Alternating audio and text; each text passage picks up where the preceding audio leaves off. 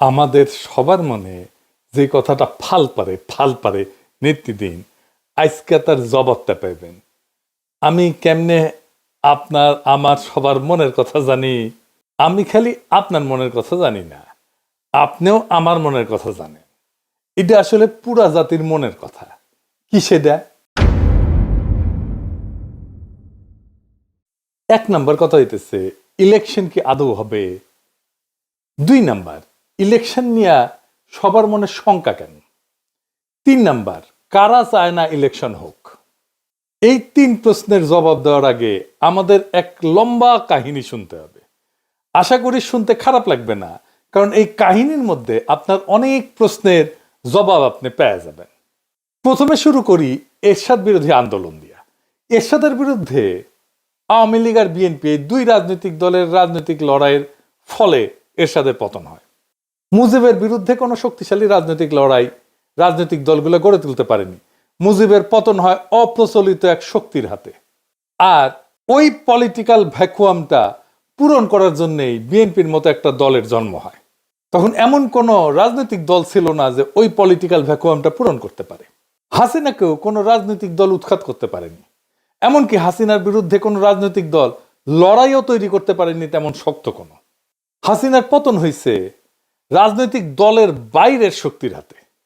এই বাইরের রাজনৈতিক শক্তি শুধু ছাত্ররা না, রাজনৈতিক দলের বাইরের শক্তি অনেকগুলো ছিল, অনেক কয়েকজন দাঁড়ায় গেছিল। এরা কারা কারা? এদের চেনা কঠিন না। এরা এক একটা রাজনৈতিক লড়াইয়ের মধ্যে দিয়ে রাজনৈতিক শক্তি হয়ে উঠছে। আসেন দেখি তারা কারা। হাসিনার আমলে হাসিনার শাসনকে নাড়া দিতে পারছে সত্যিকার অর্থে 4টা আন্দোলন, যে আন্দোলনগুলোতে সাধারণ মানুষ সম্পৃক্ত হয়েছিল। রাজনৈতিক দলগুলো আন্দোলন করছে, জামাত আন্দোলন করছে আগে, বিএনপি আগে আন্দোলন করছে, কিন্তু সাধারণ মানুষ সেটাতে সম্পৃক্ত হয় নাই। জামাতের একটা আন্দোলনেই সাধারণ মানুষ সম্পৃক্ত হয়েছিল, সেটা হইতেছে মৌলানা দেলোয়ার হোসেন সাঈদীর ফাঁসির আদেশ দেওয়ার পরে। কিন্তু সেই আন্দোলনটা খুব বেশি দিন চালাইতে পারেনি তারা। তাহলে এই অরাজনৈতিক শক্তিগুলোর আন্দোলনগুলো কি কি? 1 নাম্বার, হেফাজতের 5ই মের আন্দোলন। 2 নাম্বার, নুরুল হক নুরদের টাইমের সে কোটা সংস্কার আন্দোলন। 3 নাম্বার, নিরাপদ সড়কের আন্দোলন। আর ফাইনালি 2024-এ কোটা আন্দোলন এবং আলটিমেটলি বর্ষা বিপ্লব। এই সব কয়টা আন্দোলনের সর্বশক্তি নিয়ে নেতা থেকে শুরু করে কর্মী সমর্থক পর্যন্ত ছিল জামাত শিবির। বিএনপির নেতারা না থাকলেও কর্মীরা অনেকেই থাকতো, প্রায় সকলেই থাকতো বলা চলে। এই লড়াইগুলোতে নিজেদের তাগিদে তারা যুক্ত হইতো। আর পাশাপাশি একটা ইন্ডিপেন্ডেন্ট সোশ্যাল মিডিয়া ফোর্স তৈরি হয়েছিল, যেটা এখনো এক্সিস্ট করে, এখনো আছে, জিন্দা আছে। এই যে লড়াইগুলোতে জামাতের অংশগ্রহণ, লড়াইগুলোর একটা গুণগত পরিবর্তন করে দিছিল। সেটা হইতেছে রাজনৈতিক লড়াই পরিচালিত হইতেছে ইসলামী রাজনৈতিক চিন্তায় ভর কইরা। বিএনপির কর্মীরা সংখ্যা বাড়াইছে, কিন্তু লড়াইয়ে কোনো কর্তৃত্ব বা বয়ান তৈরি করতে পারে নাই, নেতৃত্বও নিতে পারে নাই। রাজনৈতিক লড়াইয়ের ভাষাও পরিবর্তন হইতে থাকে। স্বাধীনতার বদলে আজাদি শুনি আমরা, বিপ্লব দীর্ঘজীবী হোক এর বদলে শুনি ইনকিলাব জিন্দাবাদ।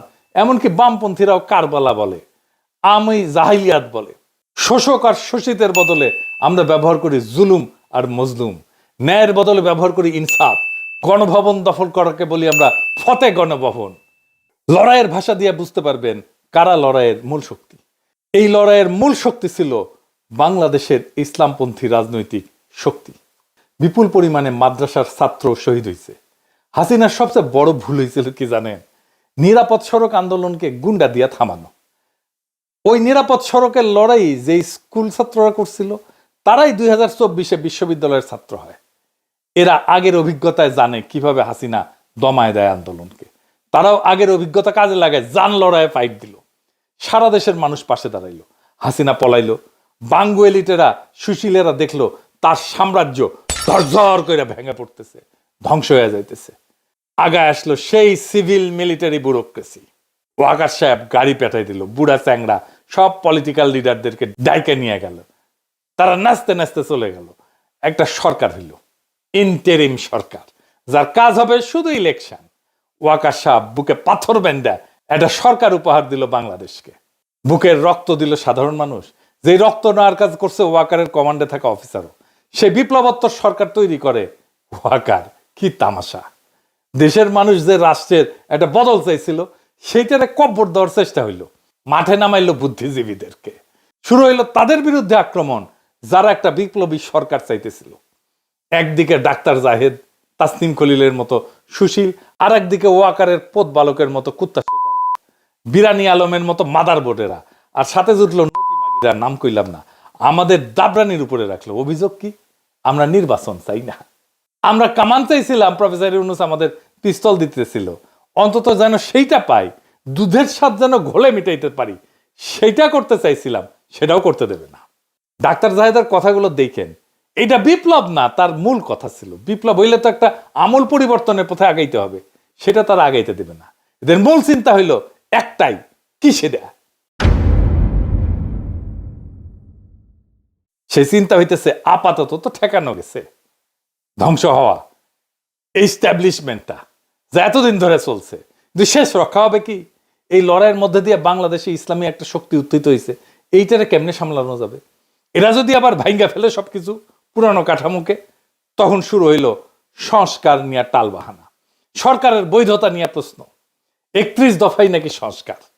এই 55 বছর ধরে চলে আসা লুটপাটের বন্দোবস্ত কিভাবে টিকায় রাখা যায়, এই নিয়ে একটা ঐক্য হইল। কার কার ঐক্য হইল? ওয়াকার, বিএনপি আর ওয়াকারের সাথে নিঃশব্দে আওয়ামী লীগ আর ভারতের মধ্যে। আওয়ামী লীগের সাথে বিএনপির ঘুটু আছে, এটা তো বানায় বলতেছি না। আপনার এলাকায় আওয়ামী লীগ কার শেল্টারে আছে দেখেন। এস আলমের ব্যবসা দেখে সালাউদ্দিন সাহেব, এস আলমের গাড়ি সরায় বহিষ্কৃত হয়েছিল যারা, তাদেরকে আবার ফিরায় নেওয়া হয়েছে। তাহলে সামে বহিষ্কার করছিল, এমনি এমনি মিশামিশি হুদাহুদি বহিষ্কার করছিল, দেখানোর জন্য বহিষ্কার করে। যতজনকে বহিষ্কার করছে সবাইকে ফিরে নিছে। আপনি হিসাব করে দেখেন, বিএনপি দেখায় বহিষ্কার করছে, তার কিছুদিন পরে সামে আসতে কইরা তাদেরকে ফিরায় নেয় দলে, সব কয়টারে ফিরায় নিছে। দেখেন ওদেরকে আবার ফিরে নিছে, ওকে আবার নমিনেশনও দেওয়া হয়েছে। বিএনপি তারেক রহমানের সাথে লন্ডনে গিয়ে দেখা করে। এইসব স্থগিতাদেশ, বহিষ্কার সব লোক দেখানো কাজ। ফজা পাগলার তো প্রাথমিক সদস্য পদ স্থগিত হয়েছে, অগাস্ট মাসে স্থগিত করছে 3 মাসের জন্য। তো তাইলে নমিনেশন পাই কিভাবে? ওর তো সদস্য পদই নাই। আর একটা মজা দেখায়, বিএনপির একটা নীতি নিছিল, এক পরিবার এক প্রার্থী। যে দেখেন, মানে এক পরিবার থেকে একজনই প্রার্থী হবে। খন্দকার মোশাররফ এসে গর্ব করে কইছেন, দেখেছেন আমরা এক পরিবার থেকে একজনের বেশি প্রার্থী দেই নাই। হ্যাঁ তাই তো, এক পরিবার থেকে তো একজনের বেশি প্রার্থী দেন নাই তো, তাই না? তারেক রহমানের পরিবার থেকে তো 2 জন প্রার্থী, তারেক রহমান আর বেগম খালেদা জিয়া।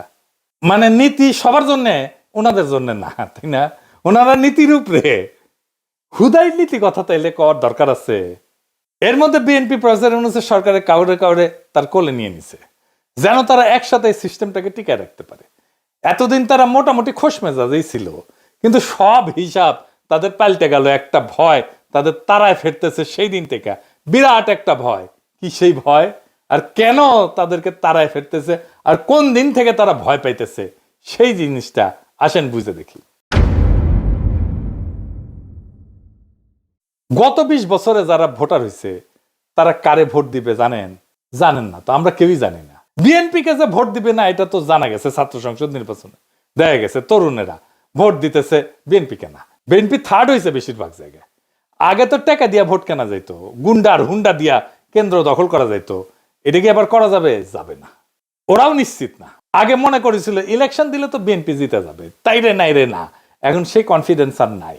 কনফিডেন্স থাকলে জাস্টিস শাহাবুদ্দিনের 91 ইলেকশনের মতো একটা ইলেকশন করে ফেলতো, সবকিছু ঠিক আছে। এরশাদ নাই, বাকি সব ঠিক আছে, তাই হইতো। ওইটা করলে একটা মোটামুটি ফেয়ার ইলেকশন দিত। যদিও ফেয়ার ইলেকশন দিলে 91 মতো চমক আসতে পারে। 91 কি হয়েছিল জানেন?